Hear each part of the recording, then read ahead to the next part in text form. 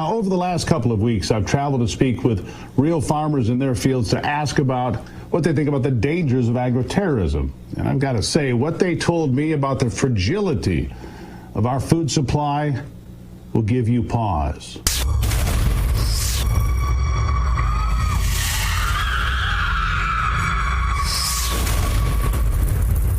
The problem with Americans is they look at war as a binary question. Most believe we're either at war with another country or we're not. It seems they've lost the concept of the Cold War that lasted from the waning days of World War II until the waning days of the Reagan-Bush era in 1991 and 92. Mr. Gorbachev, tear down this wall. The Chinese, however, know perfectly well they are at war with the United States, and they are executing that war every single day.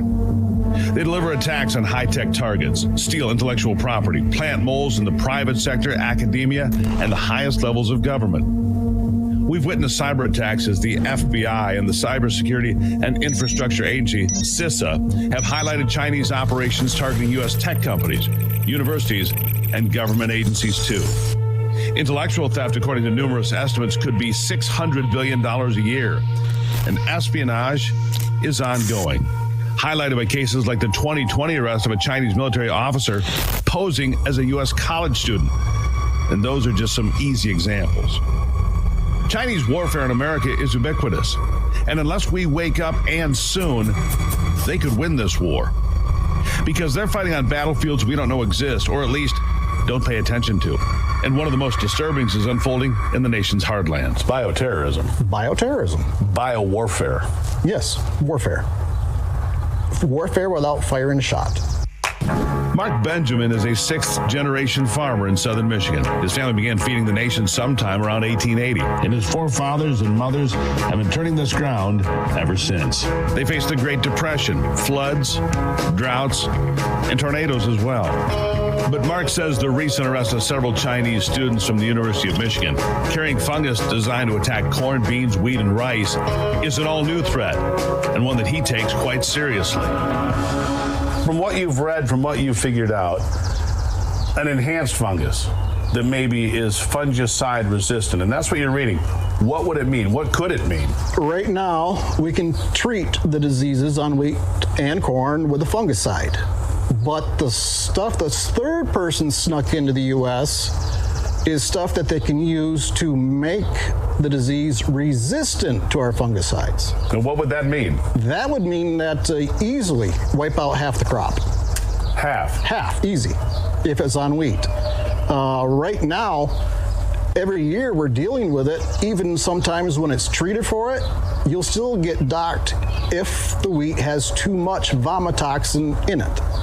If you look around, wheat, corn, beans, whatever field you look at, if the United States lost half of its crop, because once it was here, the fungus spreads naturally, doesn't it? It just gets in the air and it goes. Yeah, it's airborne, and of course, it could be spread intentionally anywhere. And when you get the right weather conditions with the right amount of rain and the winds, it'll spread.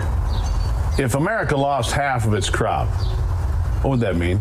If the fungus was to be enhanced so it's more potent, and then also enhanced so we can't control the fungicides, and we lose half a crop for a couple of years, then you're starting to talk about massive world starvation.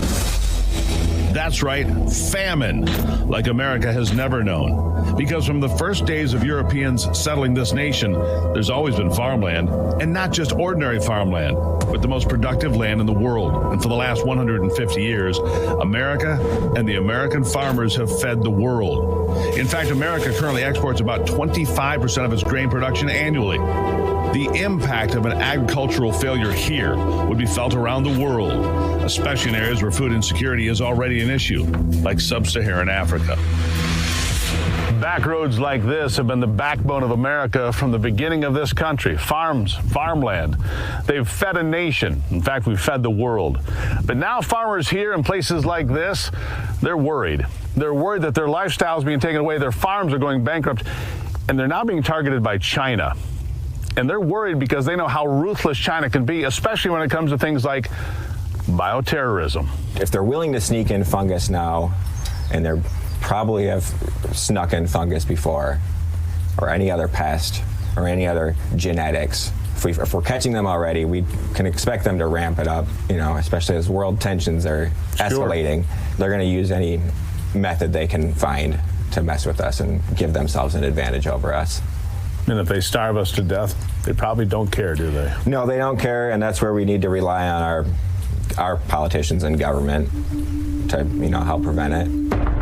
Alex Clark is another family farmer who's deeply concerned about what he sees on the news and reads in the headlines. And he's frustrated because to him, Washington is very slow to react to the clear and emerging threat of bioterror and using weapons as simple as enhanced fungus to take down the nation. Instead of banning China from owning American farmland, production facilities, and even seed companies, Washington remains silent, placated by lobbyists and a whole lot of Chinese money. Doesn't that bother you? I mean, here you are, fourth generation family farm, honestly. China shows up. They buy the seed company, they buy the meat packing company, they send their scientists here to steal intellectual property when we make advancements at Michigan State or Texas A&M or Ohio State or wherever it is. They either buy their way in or sneak their way in. It's upsetting because for like my brother and I, we're a relatively small operation. We don't have any control over what China's doing. We don't have any control over what they're doing in Chicago or Toledo in terms of prices.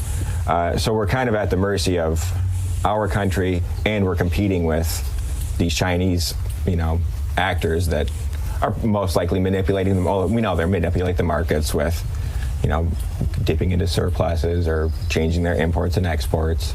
It affects us, directly. Every day. Directly and indirectly every day. So what if China took the next step to destroy American crops? What would that mean? Well, according to Mark Benjamin, the damage would be far worse than hunger and bread lines. He believes it could destroy the nation altogether. You take out the U.S. economy. How? Farms fail. You have massive bank problems if the U.S. agriculture is hit with this. Okay, farms fail. Average house in the USA, $58,000 of somebody's mortgage is just for the land the house is sitting on. You wipe out U.S. farms, land values crash to practically nothing.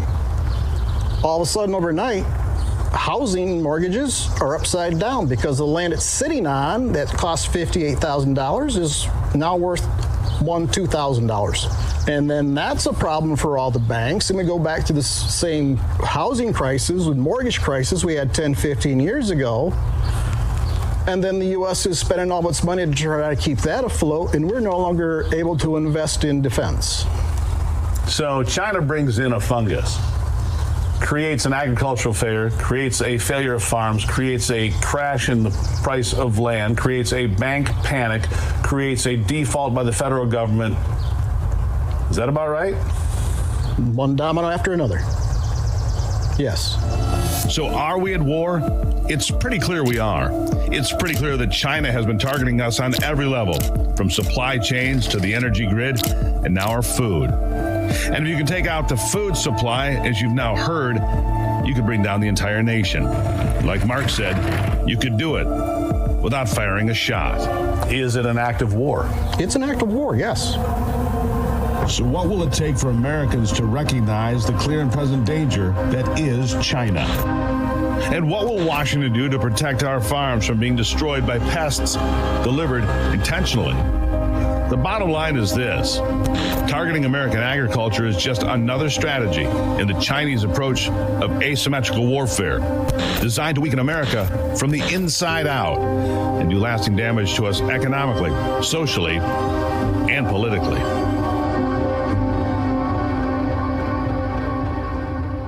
An act of war without firing a shot. Pretty frightening, right?